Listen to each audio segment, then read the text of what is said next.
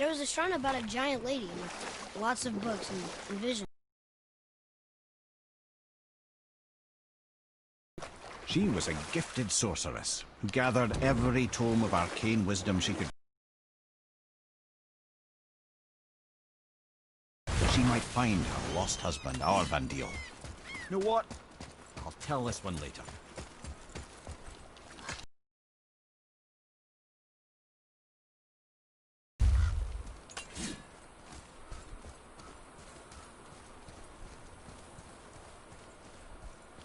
What does it say? Yes, sir. Vedada. It means hunting death.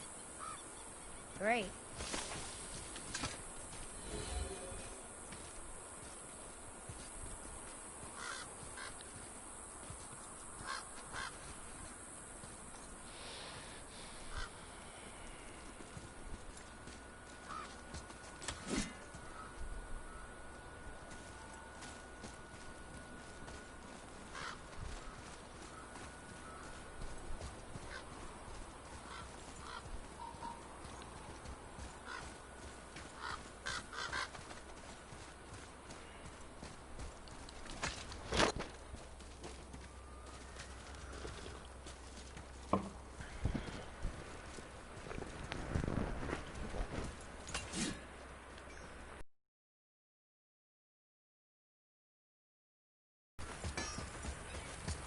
Hey, Brock. You found something interesting. Did you now? Well, come see, you boys ran afoul of some travelers. Or them travelers ran afoul of you, more like. Who are they? What do they want? Dunno. Oh, you ask a lot of questions. Let's get you squared away, then. What'll it be, Shorty?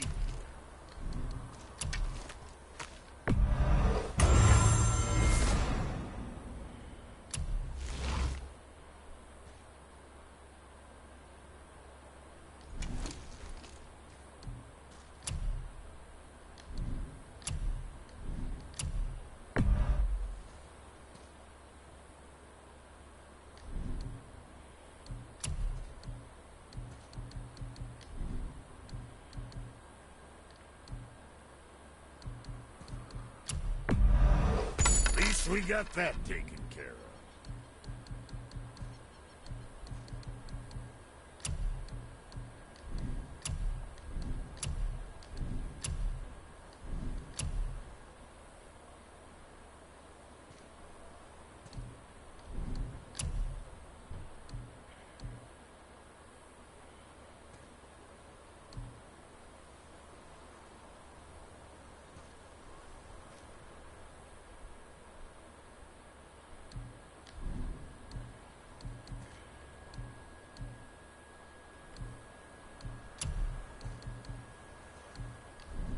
Always a pleasure. Now fuck right along.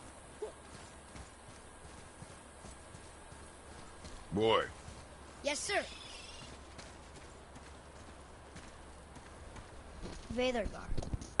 Southern outpost of the Dwarven King. Dwarven King? Have you ever heard of a Dwarven King?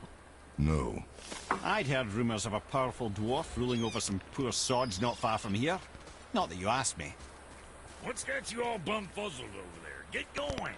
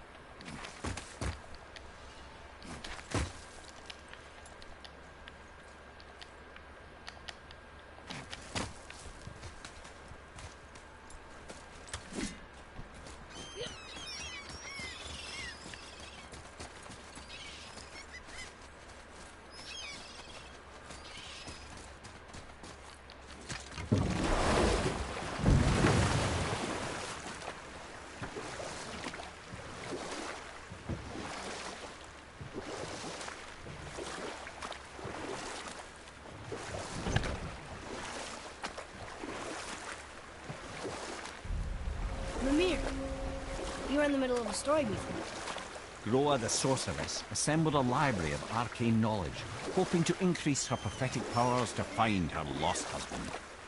But it was not her husband she would glimpse in her visions, for it was Groa, seeing longer and farther than any before or since, who witnessed Ragnarok, the end and the beginning. When Odin caught word of her ultimate prophecy, he maneuvered to obtain her knowledge and hoard it for himself. Groa knew Odin as a long-time patron of her service, is that Odin himself was behind her husband's disappearance, having used his enchantments to conceal his death at Thor's hands from her sight. Smiling, jealous Odin took her by the throat, and with his very hands he stole her library and her life for his own. I always knew Odin was bad. That's just... Ruthless, barbaric, heartless? That's Odin. In fact, we would do well to sit here in silence for the next few moments and reflect on Odin's capacity for cruelty. And so... Reflect longer. Ah, good. The special chisel is ahead past this gate.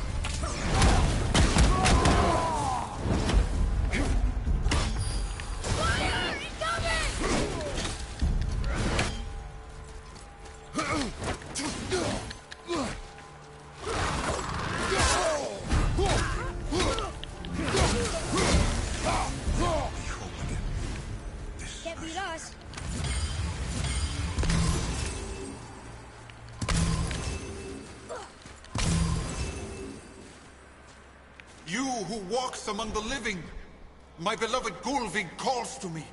She yearns for peace, yet her remains lie in pieces. I beg of you, make my Gulvig whole again. You want us to collect her bones? Gross. Gulvig say their Really? Boy. I can smell you. Boy. They've taken 3 of sweet Gulvig's bones and spread them across the lake. Bring me her bones, child. Gulvig will reward you.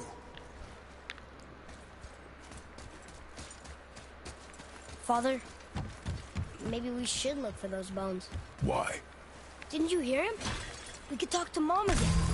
If we keep an eye out Look while if you we... wish, boy. I will not be distracted by this fool's errand.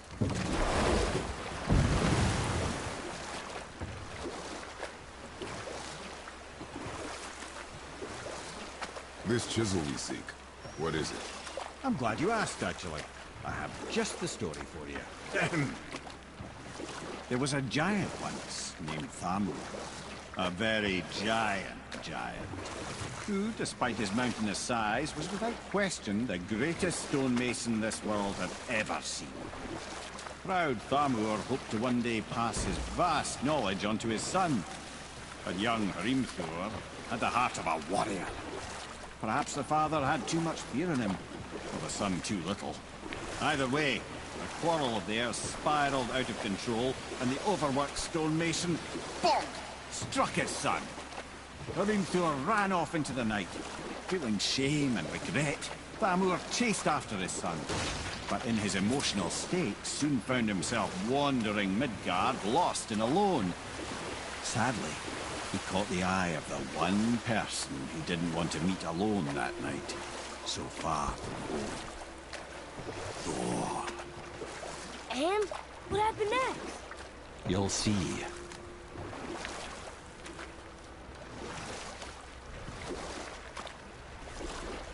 Thor killed him. Oh no. He fell in the village? Aye. When Thamur fell, he crushed a charming place famed for worshipping the Vanir god Njord. Thor always took credit for planning that one.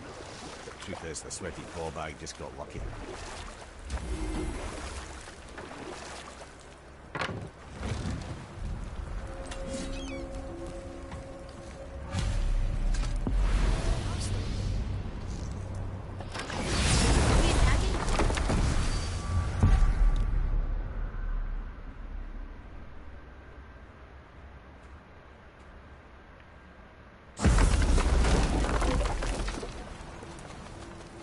A wolverine! A dangerous beast. We will take him down together. Ready! Here we go!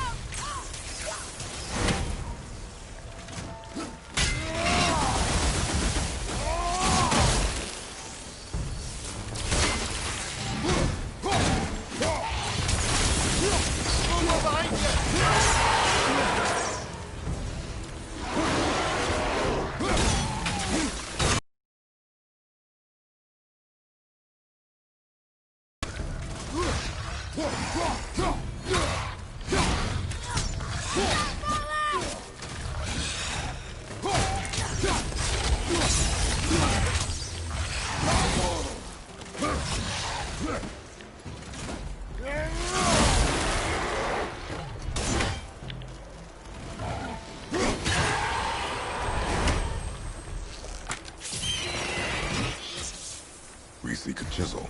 The tip of one, yes. Very, very giant.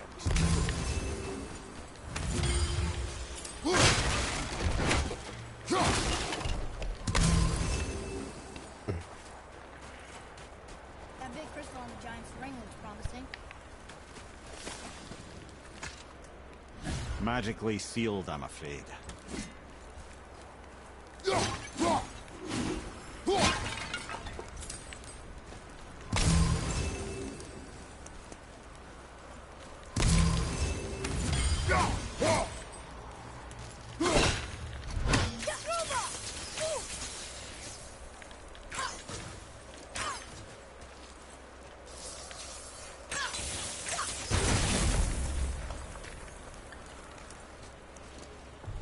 Darn, that didn't seem to do anything.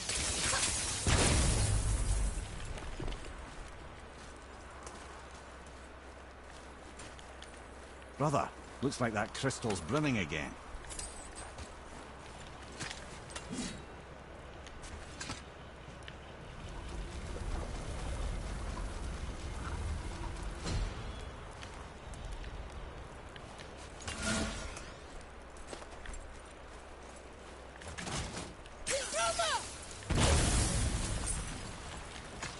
Oh, neat trick, lad.